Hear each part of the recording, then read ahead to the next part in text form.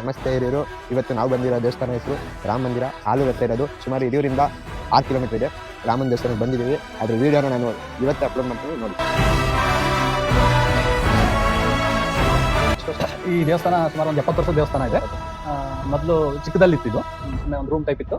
ಈ ಗ್ರಾಮ ಇದಾದಾಗ ಹಳೆ ಊರಿಂದ ಇಲ್ಲಿಗೆ ಬಂದು ಗ್ರಾಮ ಹೊಸದಾಗಿ ಮಾಡಿದಂಥ ಜಾಗದಲ್ಲಿ ಹೊಸದಾಗಿ ಗ್ರಾಮದ ಹೆಣ್ಮಕ್ಳೆಲ್ಲ ಸೇರ್ಕೊಂಡು ಶ್ರೀರಾಮನ ವಿಗ್ರಹ ಇರಲಿ ಅಂತೇಳಿ ಮಾಡಿದ್ದು. ಈ ವಿಗ್ರಹ ಬಂದ್ಬಿಟ್ಟು ಮೈಸೂರಿನಲ್ಲಿ ಮಾಡಿಸ್ಕೊಂಡಿರೋಂಥದ್ದು.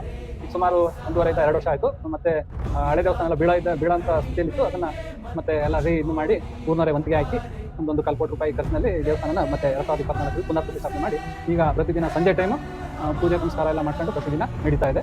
ಸ್ವಾಮಿದು ತುಂಬ ಮಹಿಮೆ ಇದೆ. ಅದರಿಂದ ಈ ದೇವಸ್ಥಾನ ಸುಮಾರು 10 ತಿಂಗಳಲ್ಲಿ ಈ ದೇವಸ್ಥಾನ ಕಂಪ್ಲೀಟ್ ಮಾಡಿದ್ದೀವಿ.